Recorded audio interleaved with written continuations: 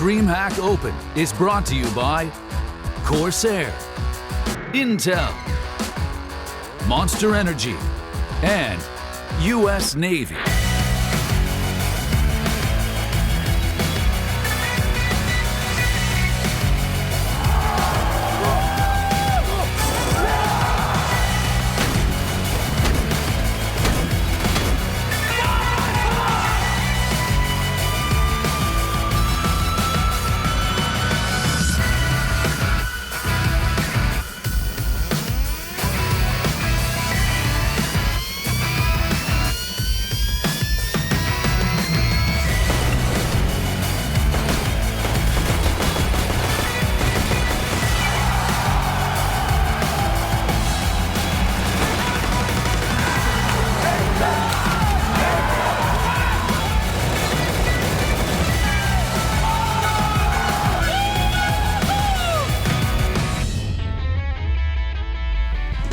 It's day 3 here in Anaheim, Championship Sunday, and we're right back at it again.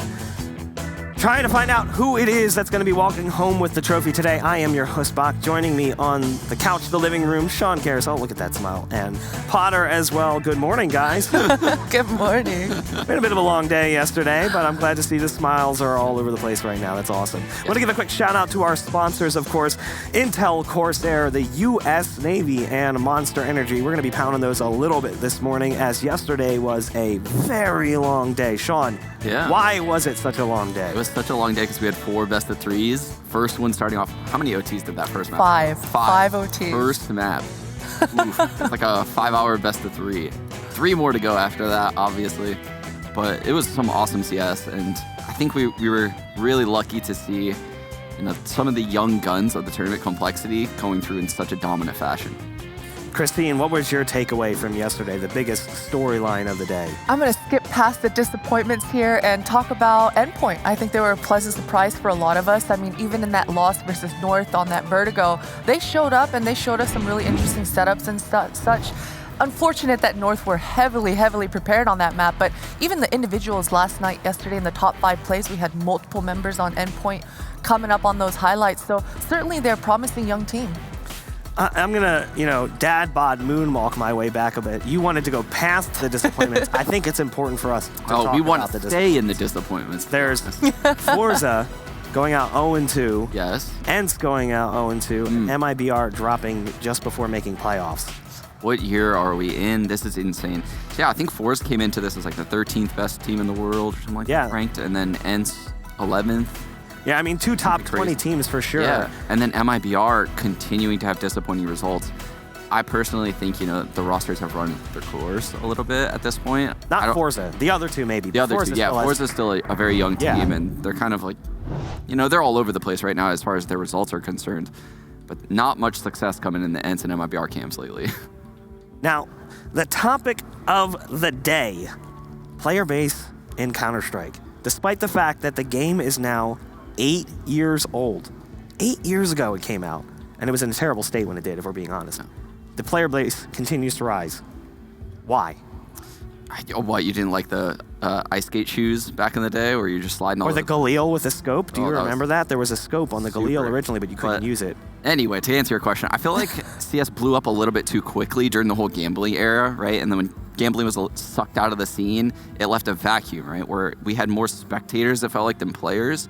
Valve compensated by that by making the game both free to play, and they did something to hopefully drive in influencers into the game, like Apex Legends, Fortnite kind of did by having a BR. So when they introduced those aspects to the game, it really helped the player base, especially in China, where free to play games remain supreme. Crossfire historically been a big FPS over there. Definitely, and I'm especially the influencer part. Like I even saw Tim the Tatman starting to stream CS:GO again, Soda Pop, and a lot of these influencers are definitely coming into this space, and I think that's really important. That's certainly something that we've been missing in CS:GO. We've only had the pro players streaming Rank S and what have you, and I think having the community much more involved in influencers and all of that is super important. Speaking of some influencers, we had a chance to sit down and talk to the players about what they think is the reason. Let's take a look. Yeah, I think it's huge for everybody that CSGO has picking number players again. because that's good for everyone. People that are playing on competitive level or amateur, it's good for both and everyone. Yeah, so I think actually the simplicity to it is what keeps players in the game and keep new players coming as well, because it's a simple game and it doesn't really take that long to learn. I think Counter-Strike is such a unique game because it's so easy to get yourself into it. And nowadays we have many FPS games for people to be playing at, and it's important that Valve is making all those changes and bringing in some different game types, some skins and some mods and all those things. So that's pretty cool because it might bring attention for different type of players who actually never catch up with CS yet. And I think this record of Counter-Strike reaching its maximum ceiling of players at all is pretty cool because it's showing that they're on the right path.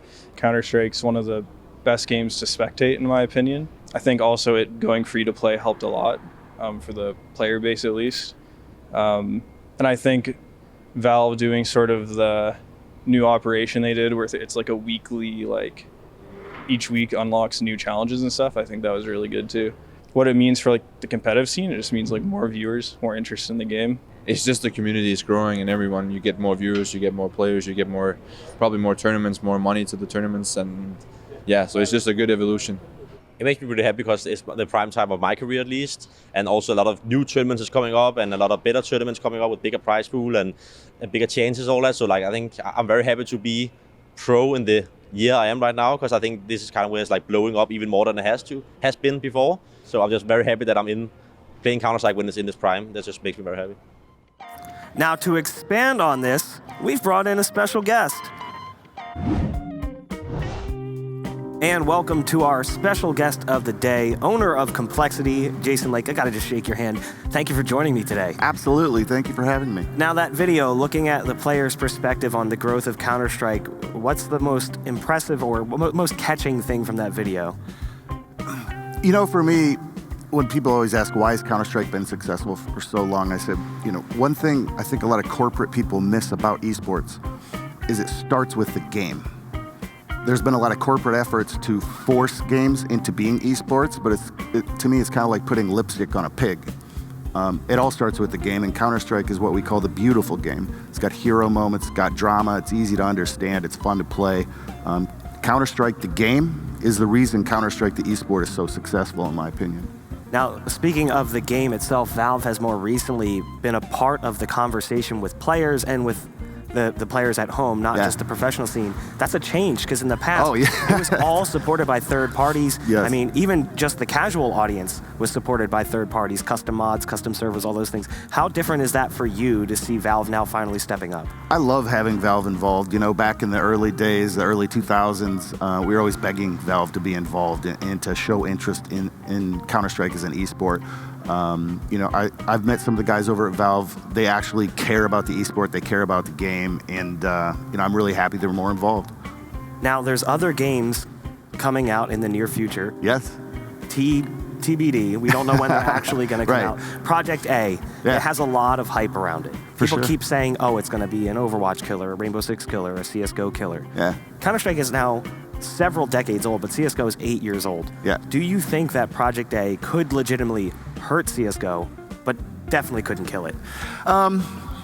No, I don't. I'm really excited to see Project A. I think it's probably going to be a mix between Overwatch and Counter-Strike, but nothing can kill Counter-Strike. Counter-Strike someday might eventually run its course, but no game is going to come along and take out Counter-Strike. You know, I'm excited to see Project A. I love playing new games. Yeah, Counter-Strike is king. Now, you mentioned that the gameplay is one of the reasons why Counter-Strike is so great. Why do you think it keeps growing? Is it that gameplay? Is it the viewership experience? Is it the storylines, the teams, the players? It's all the above, right? Counter-Strike is a game that's easy to play, easy to understand, but incredibly hard to master. You know, Simple has like, what, 16,000 hours or something like that?